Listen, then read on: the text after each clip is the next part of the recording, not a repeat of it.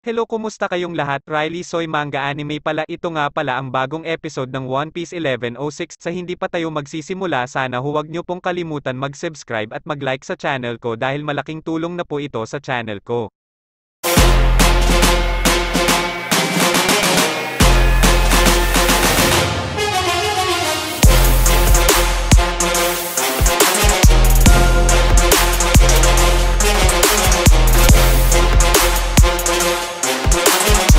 Buong buod chapter 1106, lagi kang nasa tabi mo.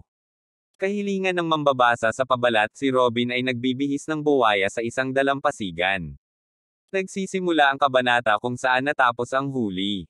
Nagpapatuloy si Vegapunk sa kanyang monologo mula sa nakaraang kabanata. Siya ay nagsasalita tungkol sa posibilidad na mapatay si Bonnie ng isang pacifist na ngayong isa na siyang pirata at natakot si Vegapunk tungkol dito, kaya itinaya niya ang kanyang buhay at naglagay ng isang lihim na programa sa lahat ng pacifistas. Batay sa Kuma, inilagay ni Vegapunk si Bonnie sa tuktok ng pacifistas, hierarchy ng autoridad.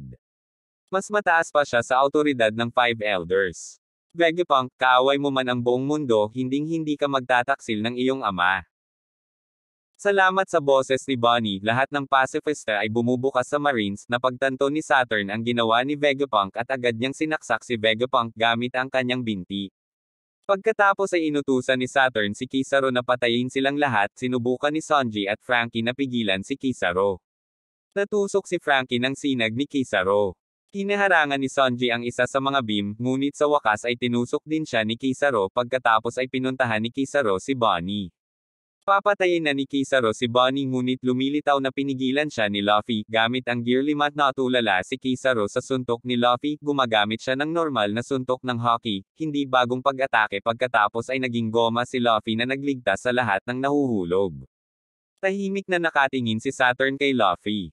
Pagkatapos nito, nakita namin na nakaupo si Kizaru sa lupa, napahawak siya sa ulo niya pagkatapos suntukin ni Luffy. Mukhang ayos lang, nagmadali si Bonnie upang tulungan si Vegapunk at ibinunyag niya kay Bonnie na si Luffy ay sinika. Sa isang amazing double page ay makikita natin si Bonnie na umiiyak at nakatingin sa langit, kung saan si Luffy ay gumagawa ng Nick Ace pose, kaparehong lumalabas sa volume 103 cover, Vegapunk, kaya hindi mo napagtanto, ngunit hindi rin ako maniniwala bago ito masaksihan ng sarili kong mga mata, yung Straw Hat Luffy na nakaagaw ng atensyon ni Kuma. Siya pala mismo ang The Sun God. Nika, Bonnie, ano? Vegapunk, tama si Kuma. Buster Call, ano ang mabuting may dudulot nito? May mga tao sa mundong ito na naghintay sa kanya ng ilang siglo.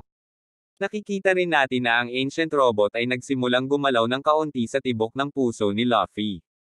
Kupitan sa hilagang silangan na baybayin ng Egghead Island. Iniulat ng mga Marines na ang isang hindi kapani-paniwalang malaking barko ay papalapit sa isla.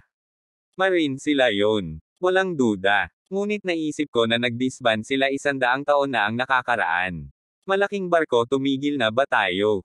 Hindi. Lumayas. Sa epic na panghuling dobleng pahina ng kabanata, makikita natin ang barkong Giant Warrior Pirates na sinisira ang lahat ng Marine battleship sa hilagang silangan na baybayin. Marines sunog. Damn it. Bakit nandito ang mga Giant Warrior Pirates? Ang dalawang higanteng nangunguna sa pag-atake ng Giant Warrior Pirates ay sina Dory at Brogy. Brogy, tignan mo sila, Dory.